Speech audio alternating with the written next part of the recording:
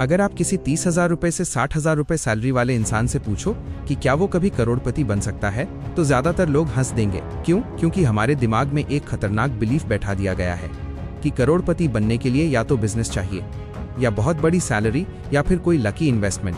लेकिन सच्चाई थोड़ी अलग है। भारत में हजारों लोग ऐसे हैं जिन्होंने सिर्फ सैलरी से, बिना बिजनेस के 10 से 15 साल में करोड़ों की नेटवर्थ बनाई है। और मजेदार बात, उनकी सैलरी शुरुआत में बहुत बड़ी नहीं थी। असल में सैलरी से करोड़पति बनने का एक हिडन रोड मैप होता है जो ज्यादातर लोग कभी समझ ही नहीं पाते।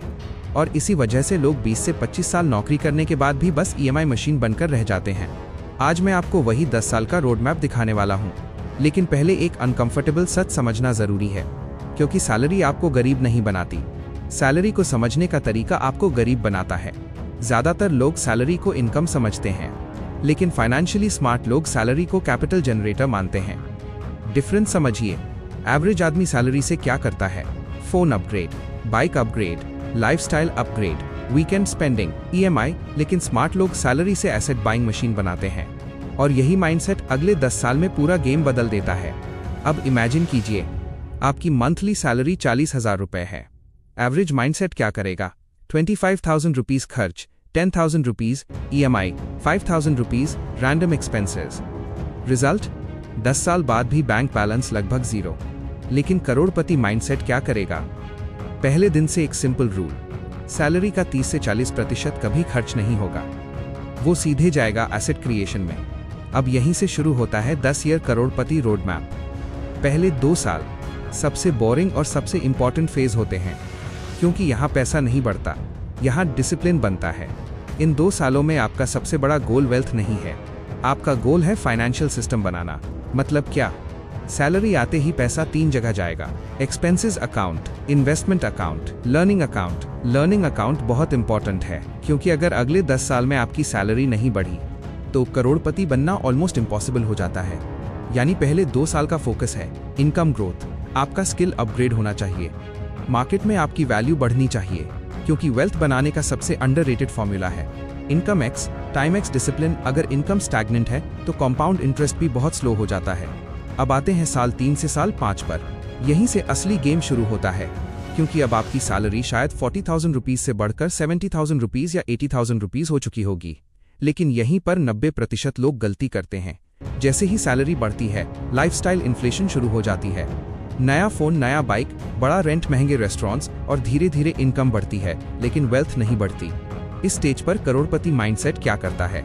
एक पावरफुल रूल फॉलो करता है, every salary raise is an investment raise. मतलब अगर आपकी सैलरी 40,000 रुपीज से 80,000 रुपीज हो गई, तो आपका लाइफस्टाइल 40,000 रुपीज से 50,000 रुपीज ही जाएगा। बाकी पैसा सीधे एसेट्स में जाएगा। यहीं से कंपाउंडिंग की मशीन चालू होती। अब इमेजिन कीजिए, आप हर महीने 25,000 रुपए इन्वेस्ट करते हैं और एवरेज 12% रिटर्न मिलता है। 5 साल बाद अमाउंट लगभग 20 लाख रुपए के आसपास पहुंच सकता है। और यहाँ एक साइकोलॉजिकल शिफ्ट होता है।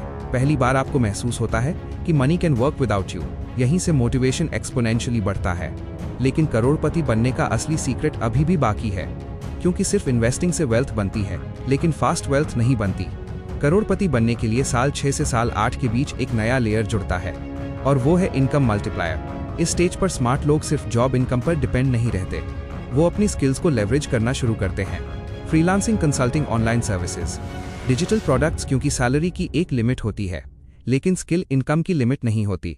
इमेजिन कीजिए, आपकी जॉब सैलरी 1 लाख रुपए हो चुकी है, लेकिन साइड इनकम 30 रुपए से 40 के आ रही है। अब गेम बदल जाता है, क्योंकि साइड इनकम का पूरा पैसा इन्वेस्ट किया जा सकता है। यानी कंपाउंडिंग स्पीड सडनली डबल हो जाती है। और यहाँ एक साइकोलॉजिकल एडवांटेज भी मिलता है। जब इनकम मल्टीपल सोर्सेज से आने लगती है, तो जॉब का फियर कम हो जाता है और फाइनेंशियल डिसीजंस ज्यादा रैशनल हो जाते हैं। अब आते हैं सबसे इंटरेस्टिंग फेज पर, साल 9 और साल 10। यहीं पर वेल्थ अचानक एक्सेलरेट होने लगती है, क्योंकि अब तक 3 चीजें बिल्ड हो चुकी हैं: high income, consistent investing, multiple income streams. और सबसे पावरफुल फोर्स अब काम करना शुरू करती है, कंपाउंडिंग। कंपाउंडिंग शुरुआत में स्लो लगता है, लेकिन एक पॉइंट के बाद ये एक्सप्लोड करता है। इमेजिन कीजिए, आपने 10 साल तक एवरेज 30,000 रुपीज से 40,000 रुपीज मंथली इन्वेस्ट किया, और इनकम बढ़ने के साथ इन्वेस्टमेंट भी बढ़ाया। अब आपकी पोर्टफोलियो वैल्यू शायद 70 लाख रुपए 1 करोड़ के बीच पहुंच सकती है। और यहाँ सबसे इंटरेस्टिंग रियलाइजेशन आता है, करोड़पति बनने का मोमेंट ड्रामेटिक नहीं होता। कोई फायरवर्क्स नहीं होते, कोई सेलिब्रेशन नहीं होता। बस एक दिन पोर्टफोलियो स्क्रीन पर नंबर दिखता है, 1 करोड़ रुपए, और आपको एहसास होता है कि ये पैसा किसी लॉटरी से नहीं आया। ये आया है छोटे छोटे डिसीजन से, हर महीने, हर साल, 10 साल तक। लेकिन इस पूरी जर्नी में सबसे बड़ा एनिमी क्या था? लो सैलरी नहीं, मार्केट रिस्क नहीं, असल एनिमी था human behaviour, impulsive spending, comparison, lifestyle pressure, instant gratification. क्योंकि वेल्थ बिल्डिंग मैथमेटिक्स से ज्यादा साइकोलॉजी का गेम है, और जो लोग इस साइकोलॉजी को समझ लेते हैं उनके लिए करोड़पति बनना कोई मिरेकल नहीं रह जाता, ये बस एक सिस्टमैटिक आउटकम बन जाता है। और अगर आप इस वीडियो से सिर्फ एक चीज याद रखें तो वो ये होनी चाहिए, सैलरी आपको अमीर नहीं बनाती, लेकिन अगर सही सिस्टम में इस्तेमाल की जाए तो वही सैलरी 10 साल में आपकी पूरी फाइनेंशियल आइडेंटिटी बदल सकती है। करोड़पति बनने का सीक्रेट किसी हिडन स्टॉक टिप में नहीं है, किसी क्रिप्टो कॉइन में नहीं है, सीक्रेट है 10 साल तक बोरिंग कंसिस्टेंसी।